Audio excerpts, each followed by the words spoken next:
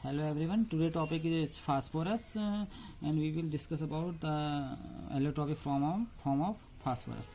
अब हम फास्फोरस के एलोटॉपिक फॉर्म का डिस्कशन करेंगे। नाइट्रोजन फैमिली में सबसे इम्पोर्टेंट नाइट्रोजन के बाद जो कंपाउंड आता है या जो एलिमेंट आता है वो एलिमेंट हैं आपके फास्फोरस। ये कंपाउंड जो निकल के आते हैं वो भी बहुत ज़्यादा इंपॉर्टेंट हैं, ठीक है। तो यहाँ जो पहली बार निकल के आती है वो आती है एलोटॉपिक फॉर्म ऑफ फास्फोरस। तो आज हम इसका डिस्कस करेंगे। जो हमारा फास्फोरस होता है 3 एलोट्रॉप में पाया जाता है, ठीक है ना। यानी कि अगर आप इसकी एलोटॉपिक फॉर्म की बात कहेंगे तो ये वाइट, रेड और ब्लैक में आपको मिलेगा, ठीक है ना। इसकी 3 फॉर्म मिलती हैं जिसका हम डिस्कस करेंगे। थोड़ा थोड़ा डिस्कस हम तीनों का करेंगे। पहला जो मिलता है वो मिलता है वाइट फास्फोरस, ठीक है। तो पहली बात हम वाइट फास्फोरस से स्टार्ट करते हैं कि वाइट फास्फोरस क्या होता है। देखिए, फास्फोरस 3 एलोटॉपिक फॉर्म में करता है एग्जिस्ट। वाइट फास्फोरस में क्या है कि वाइट फास्फोरस क्या होता है, एक वैक्सी सॉलिड जैसा होता है, ठीक है ना। वैक्सी सॉलिड है, ठीक। और ये एक पॉइजनस है और वाटर में इनसॉल्युबल होता है, ठीक है ना। बट ये जो सॉल्युबल होता है ये कार्बन डाइसल्फाइड में सॉल्युबल होता है। अगर इसकी सॉल्युबिलिटी की बात करेंगे तो ये कार्बन डाइसल्फाइड में CH2 में तो ये सॉल्युबल है, लेकिन अगर वाटर की बात कहेंगे तो वाटर में ये इनसॉल्युबल होता है, ठीक है। और ये जो डिजोल्व होता है, अगर हम इसे डिजोल्विंग की बात कहें तो कह सकते हैं ये dissolve in boiling NaOH solution in the inert atmosphere giving phosphine. ये क्या करता है, जब इसको हम NaOH के साथ क्या करते हैं, अगर मैं आपको सिंपल बोलूँ इसको तो थोड़ा मैं दिखा देना चाहता हूँ आपको। P4 की एक इनकी इसका स्ट्रक्चर होता है। जब हम इसको रिएक्ट करते हैं NaOH के साथ, NaOH के यहाँ रिएक्ट करते हैं और हमने इसमें वाटर के साथ, तो ये मैंने अभी आपको बताया सॉल्युबल है, लेकिन हमने इसमें क्या किया, इसको हमने NaOH के साथ इसको बॉयल करना स्टार्ट किया तो क्या होगा, ये क्या देता है, ये फॉस्फीन टाइप की यहाँ पर को हमें गैस देता है PH3, ठीक है ना। और जो निकालेगा ये निकालता है NaS2PO2, ठीक है। तो ये निकालता है सोडियम हाइपोफॉस्फाइड निकालता है, ठीक है। इसे बैलेंस कर सकते हैं आप 3 and 3। ये बॉइलिंग NaOH के साथ क्या करता है, रिएक्ट करता है, ठीक है। और दूसरी बात ये है white phosphorus is less stable, ये बहुत कम स्टेबल होता है, ठीक है ना। एंड मोर रिएक्टिव, और दूसरी बात कह सकते हैं therefore more reactive than the other solid phase under normal condition because of angular strain in P4। जो इसका स्ट्रक्चर होता है ना वो बड़ा अलग स्ट्रक्चर है इसका। मैं अगर आपको इसका स्ट्रक्चर दिखाऊं तो, अगर मैं इसके स्ट्रक्चर को डिस्कस कर रहा हूँ तो अगर मैं दिखाऊँ आपको P मैंने आपको बताया इसमें P4 टाइप का स्ट्रक्चर यहाँ पर आपको मिलेगा P, ठीक है ना। ये जो स्ट्रक्चर मैं आपको यहाँ पर को दिखा रहा हूँ,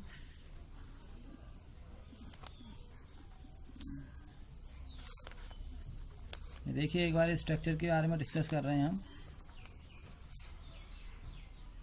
ये इसका वाइट फास्फोरस का इस टाइप का स्ट्रक्चर होता है। ये एग्जिस्ट करता है P4 यूनिट्स में, आपको दिख रहा होगा ये P4 यूनिट में एग्जिस्ट करता है, ठीक है ना। और मेन इंपोर्टेंट बात क्या है कि जो इसका हाइब्रिडाइजेशन होता है वो sp3 होता है। ये sp3 हाइब्रिडाइज्ड फॉर्म में ही लाई करता है कॉर्नर्स पे, रेगुलर टेट्राहेड्रन कॉर्नर्स पे, और जिसके एंगल रहते हैं वो 60 डिग्री के एंगल रहते हैं, ठीक है ना। और P4 है, P4 का मतलब sp3। आपको sp3 हाइब्रिडाइजेशन का मतलब पता है कि कैसा स्ट्रक्चर होना चाहिए, टेट्राहेड्रल ही इसका स्ट्रक्चर होता है, ठीक है ना। ये मैंने बता दिया कि इसकी जो ये जो फिजिकल स्टेट इसका रहता है, ये एक सॉलिड है और इसका जो बोल सकते हैं ऑर्डर गार्लिक ऑर्डर होता है इसका, गार्लिक जैसे इसमें स्मेल आती है, ठीक है।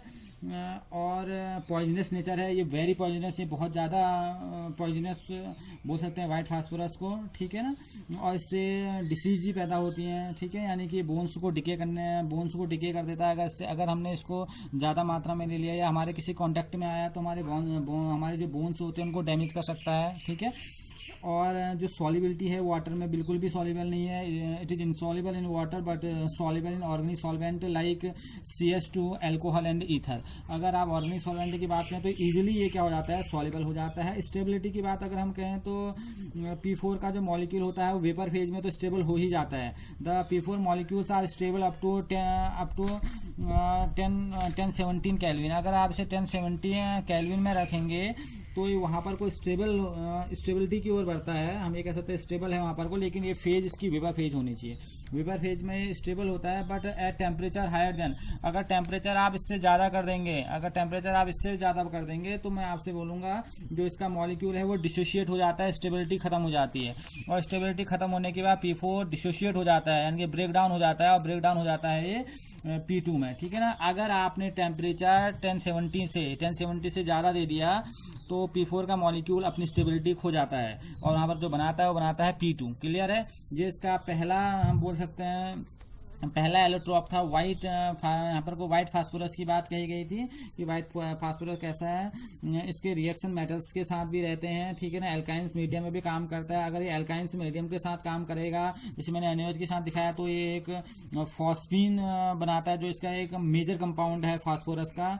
ये है इसमें व्हाइट फास्फोरस। अब सेकंड का अगर हम डिस्कस करें तो इसमें जो सेकंड आता है वो आता है आपका रेड फास्फोरस की हम बात करें। इसका जो रेड फास्फोरस है वो भी इसका एक एलोट्रॉपिक फॉर्म है रेड फास्फोरस का। थोड़ा इसे जान लेते हैं ये है क्या। It is obtained by heating white phosphorus. हम जब व्हाइट फास्फोरस को हीट करते हैं 573 केल्विन तक, तो होता क्या है, जैसे ये इनर्ट एटमॉस्फेयर पे आता है तो ये कुछ घंटे के बाद रेड फास्फोरस में कन्वर्ट हो जाता है। अगर मैं आपसे बोलूं आपके पास P4 यूनिट का जो सॉलिड है, वैक्सी सॉलिड है, या आपके पास व्हाइट फास्फोरस है, ये हम बोलेंगे ये व्हाइट फास्फोरस है। अगर हम क्या करेंगे, इसे 573 केल्विन पर इसको हम क्या करेंगे, इसको हीट देना स्टार्ट करेंगे और इसको एयर के कांटेक्ट में ले आए या CO2 या किसी कोल गैस के कांटेक्ट में लाएं, तो कुछ समय के बाद जो ये बनता है निकल के आता है P4S। ये भी सॉलिड का ही होता है, लेकिन ये यहाँ पर को कन्वर्ट हो जाता है रेड फास्फोरस में। अभी आपको दोनों में डिफरेंस आ जाएगा, थोड़ा बहुत इनके बीच में क्या होता है, डिफरेंस होता है, तो डिफरेंस का भी डिस्कस कर लेते हैं हम थोड़ा। देखिए होता क्या है कि like white phosphorus red phosphorus also exist in P4। अगर ये P4 में है तो ये P4 में। इसका सेंस है कि अगर इसकी ज्योमेट्री टेट्राहाइड्रल है तो इसकी ज्योमेट्री भी टेट्राहाइड्रल होगी, ठीक है ना। स्ट्रक्चर में ये डिफरेंस है इसका। अगर हम इसके स्ट्रक्चर को थोड़ा सा इन्वेस्टिगेट करने की कोशिश करूँ मैं इसके स्ट्रक्चर को, तो इसका स्ट्रक्चर कुछ ऐसा है, मैं आपको दिखाऊं।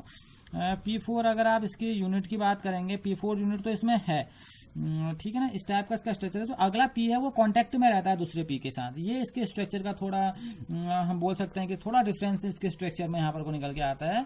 ये देख लीजिए, अगर आप इसको अगर समझना चाहें तो ये अगला, फिर इसमें अगली चेन बनाएगा तो इसका स्ट्रक्चर कुछ इस टाइप का होता है, ठीक है ना। और एक कोवेलेंट बॉन्ड से एक दूसरे को ज्वाइन कर लेता है। जो बॉन्ड आप देख रहे हैं इनके बीच में जो बॉन्ड आगे को बढ़ रहा है, वो जो बॉन्ड है आपका, वो आपका कैसा है, कोवेलेंट बॉन्ड से ये एक दूसरे के साथ पॉलीमेरिक स्ट्रक्चर बना देते हैं। और ये प्रॉपर्टी होती है रेड फास्फोरस की। ये व्हाइट फास्फोरस के पास इजीली नहीं अवेलेबल है, उसके पास है नहीं ये प्रॉपर्टी। लेकिन जो हमारे पास रेड फास्फोरस है, इसके पास पॉलीमेरिक फॉर्म बनाने की एक कैपेसिटी होती है। जैसे पॉलीमेरिक फॉर्म में इजिली आ सकते हैं, क्योंकि एक दूसरे के साथ जो उसका स्ट्रक्चर होता है, ये कोवेलेंट बॉन्ड के साथ पॉलीमेरिक स्ट्रक्चर बना लेते हैं, ठीक है ना। बिकॉज ऑफ पॉलीमेरिक स्ट्रक्चर इस melting point is much higher than white phosphorus. क्योंकि ये पॉलीमेरिक फॉर्म में है और जो आपका व्हाइट फास्फोरस है पॉलीमेरिक फॉर्म में होता ही नहीं है, जिसकी वजह से इसका आप बोल सकते हैं कि जो इसका मेल्टिंग पॉइंट है वो भी ज्यादा हो जाता है व्हाइट फास्फोरस से, क्योंकि इसे मेल्ट करने में आप टाइम लगने वाला है। तो इसका मेल्टिंग पॉइंट, जैसे अगर हम कहें व्हाइट फास्फोरस का जो मेल्टिंग पॉइंट है 317 केल्विन है, तो इसका बहुत ज्यादा हो जाता है। इसका 883 केल्विन के आसपास इसका क्या आता है, मेल्टिंग पॉइंट आ जाता है। अब अगर हम इसकी बात करें, फिजिकल स्टेट की बात करें, तो ये एक क्रिस्टलाइन ऑर्डरलेस सॉलिड है, ठीक है। और ये पॉइजनस बिल्कुल नहीं होता, ये नॉन पॉइजनस होता है नेचर में। ये वाटर में ये भी इंसॉल्युबल है, लेकिन ऑर्गेनिक सॉल्वेंट है, चाहे CS2 है, आप CS2 की बात कर लीजिए, कार्बन डाइसल्फाइड, ईथर की बात कर लीजिए, अल्कोहल की बात कर लीजिए, उसमें ये क्या होता है, इजिली ये डिजॉल्व हो जाता है, ठीक है ना। ये एक स्टेबल एलोट्रॉप फॉर्म करता है रूम टेम्परेचर पर, पहले की यानी कि व्हाइट फास्फोरस से अच्छा ये मतलब बोल सकते हैं कि स्टेबिलिटी लाता है अपने स्ट्रक्चर की वजह से, और जिसकी वजह से एक स्टेबल फॉर्म बनाता है, ठीक है।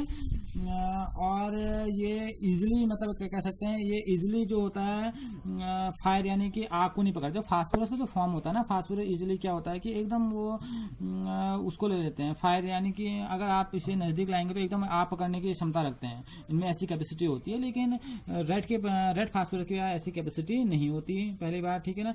और दूसरी बात ये थोड़ा सा और बात कहें, इतनी जल्दी कैपेसिटी तो नहीं है इसके पास, लेकिन एक चीज बड़ी अच्छी है इसमें, अगर ये ऑक्सीजन की प्रेजेंस में आ गया, और इसमें टेम्परेचर 5 केल्विन का हो गया, तो ये क्या बनाता है, ये पेंटा ऑक्साइड बना देता है, ठीक है ना। अपने ऑक्साइड बनाने की कैपेसिटी भी ये रखता है, ठीक है ना। ये पहली बात, ये हेलोजन के साथ या एल्काली मेटल के साथ भी ये रिएक्ट कर जाता है, और उनके साथ ये इनके हैलाइड बनाएगा, यानी कि अगर मैं इसे क्लोरीन के साथ मिलाऊंगा तो ये पेंटाक्लोराइड, ट्राइक्लोराइड ऐसे कंपाउंड फॉर्म कर सकता है, ठीक है ना। ये था इसका रेड फास्फोरस। अब जो इसका नेक्स्ट है वो है इसका ब्लैक फास्फोरस। जो ब्लैक फास्फोरस होता है दो फॉर्म में होता है, ये एक अल्फा ब्लैक फास्फोरस, और जो सेकंड होता है वो होता है इसका बीटा ब्लैक फास्फोरस। जो अल्फा ब्लैक फास्फोरस होता है वो फास्फोरस क्या होता है, जब रेड फास्फोरस को हम 803 केल्विन और सील्ड ट्यूब में रखते हैं तो अल्फा ब्लैक फास्फोरस प्रोड्यूस होता है, ठीक है ना, ये निकलना स्टार्ट होता है। और जो वाइट फास्फोरस होता है, वाइट फास्फोरस को अगर हम 473 केल्विन और हाईली प्रेशर में रखें तो फिर बीटा ब्लैक फास्फोरस इसका ऑब्टेन होता है। जो आपका जो अल्फा वाला होगा ये क्या होता है कि ये मोनोक्लिनिकल रोम्बोहाइड्रल क्रिस्टल के रूप में रहता है, ये स्टेबल इसका एलोट्रॉप होता है और ये इजीली ऑक्सीडाइज नहीं होता है, ठीक है ना, और ये इलेक्ट्रिसिटी भी कंडक्ट नहीं करता जो अल्फा वाला होता है, ठीक है। लेकिन जो इसका बीटा वाला होता है, बीटा जो होता है ये एक ऑर्थोरोम्बिक फॉर्म में प्रिपेयर किया जाता है। ये व्हाइट फास्फोरस के ऑर्थोरोम्बिक फॉर्म को आपको एक टेम्परेचर और हाईली प्रेशर में 4000 से 12,000 आपको एटमॉस्फेरिक प्रेशर देना होगा, तब आपका निकलता है बीटा ब्लैक फास्फोरस, ठीक है ना। और ये लेयर स्ट्रक्चर का होता है, मैंने आपको हेक्सागोनल लेयर स्ट्रक्चर बना रखा है, आपकी बुक्स में और बेहतर तरीके से होगा ये। तो ये इस स्ट्रक्चर में होता है, इनके बीच में जो एंगल्स रहते हैं, पीपीपी के बीच में जो एंगल रहते हैं वो 99 डिग्री के एंगल रहते हैं, और एक दूसरे से 218 पिकोमीटर की डिस्टेंस में बना हुआ रहता है, ठीक है। और ये एक एडजेसेंट लेयर टाइप के बनाता है, ठीक है ना। इसको हम कह सकते हैं, आपने जैसे कि ग्रेफाइट का स्ट्रक्चर देखा होगा, लेयर वाला स्ट्रक्चर, ठीक ऐसा ही बीटा ब्लैक फास्फोरस का भी क्या होता है, स्ट्रक्चर होता है, ठीक है ना। और बीटा जो फास्फोरस है आपका, बीटा वाला जो फास्फोरस है ये अल्फा से कुछ ज़्यादा इंपॉर्टेंट है क्योंकि ये लेयर फॉर्म कर जाता है, ठीक है ना। और अब जो इसकी कैरेक्टरिस्टिक्स की बात करें ब्लैक फास्फोरस की, तो ये एक पॉलीमराइज फॉर्म में आपको दिख रहा होगा, ये पॉलीमराइज फॉर्म में आता है, यानी कि ये एक मेटालिक क्लस्टर बना सकता है। इसका जो मेल्टिंग पॉइंट होता है वो शार्प होता है, 860 के करीबन इसका मेल्टिंग पॉइंट होता है। इस तो हम बोल सकते हैं लगभग 587 डिग्री सेंटीग्रेड या 860 केल्विन के करीबन इसका क्या होता है, मेल्टिंग पॉइंट होता है। लाइक ग्रेफाइट ये क्या होता है, एक इलेक्ट्रिसिटी का अच्छा कंडक्टर होता है आपका बीटा फास्फोरस, और अल्फा में ये चीज होती नहीं है क्योंकि मैंने बताया कंडक्ट नहीं करता इजीली, ठीक है ना। ये एक स्टेबल, ये मोस्ट स्टेबल एलोट्रॉप है फास्फोरस का, और ये एयर की प्रेजेंस में कभी भी बर्न नहीं होता, ठीक है ना। It does not burn in air even, यानी कि 673 केल्विन तक अगर टेम्परेचर दे भी दें आप तो ये एयर के साथ बर्न नहीं होगा, लेकिन उससे ज़्यादा में पॉसिबिलिटी है क्योंकि फास्फोरस का जो नेचर होता है वो थोड़ा एयर के साथ रिएक्ट करने का नेचर बहुत जल्दी होता है, ठीक है ना। तो आज हमने क्या जाना, हमने जाना है फास्फोरस के एलोट्रॉपिक फॉर्म्स के बारे में हमने डिस्कस किया है। अब नेक्स्ट लेक्चर में समझेंगे हम इसके एक कंपाउंड के बारे में जो होता है फॉस्फीन। Okay, thank you.